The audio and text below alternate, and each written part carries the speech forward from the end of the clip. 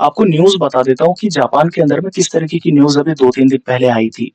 Japan की जो central जो बैंक है वहाँ की, उसने क्या करा है कि ब्याज दरें जापान के अंदर में बढ़ा दी हैं।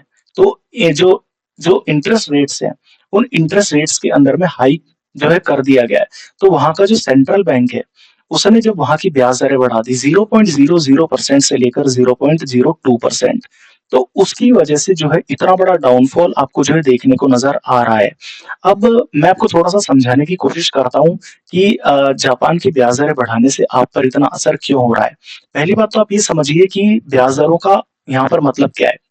देखिए, होता ये है कि किसी भी देश के अंदर में वहाँ की सरकार पैसा उठाती है या फंड रेज़ करती है ताकि वहाँ के लोगों के लिए कुछ कर सके।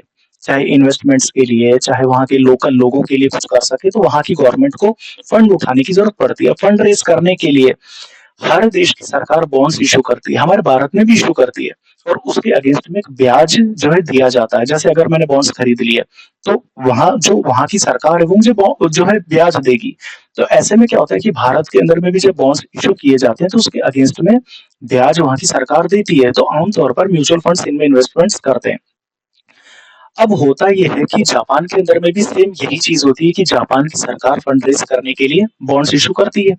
अब बॉन्ड्स इश्यू करती पर वहाँ की जो ब्याज दरें थी, वो 0% थी, यानी कि वहाँ की सरकार अगर बॉन्ड्स इश्यू करेगी और आपने अगर जापान के बॉन्ड्स में पैसा लगाया, तो आपको कोई ब्याज ही नहीं मिलेगा।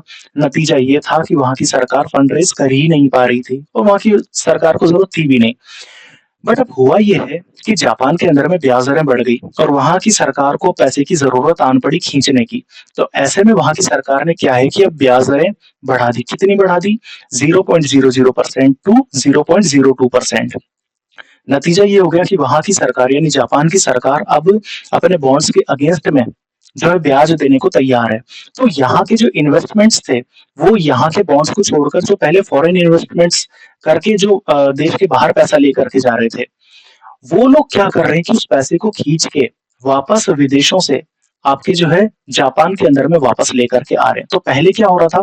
पहले ये लोग जब बाहर लेकर के जा रहे थे, तो ये लोग डॉलर खरीद रहे थे और येन को बेच रहे थे।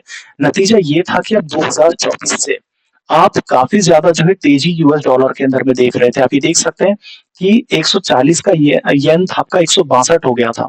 तो कहीं न कहीं पर आपका जो डॉलर था वो इसी तरीके से जो है मजबूत होता चला जा रहा था। क्योंकि जापान का जो येन था वो लगातार बाहर चला जा रहा था।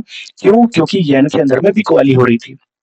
अब वहाँ की सरकार ने जो रूल बनाया है इंटरेस्ट रेट्स को बढ़ा करके या वहाँ के सेंट्रल बैंक्स ने जो ब्याज की दरें बढ़ाई है, उसके तहत हो ये रहा है कि अब जो इन्वेस्टर्स हैं, वहाँ के जो म्यूचुअल फंड्स हैं, वो जापान के बॉन्ड्स में पैसा लगाना चाहेंगे।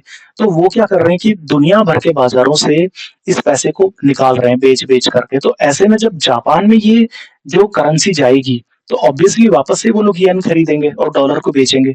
तो नतीजा ये हो रहा है कि अब येन के अंदर में आप इतनी तेज़ जो है खरीदारी और डॉलर में गिरावट आप देख रहे हैं। 162 का येन आपका 143 रह गया। तो कहीं न कहीं पर इस तरीके से जो है आपके येन के अंदर में तेज़ी आती चली जा रही है। तो वो ये रीज़न है। तो इस रीज़न का इफ़ेक्ट आप लोगों पर कैसे पड़ रहा है? आप लोग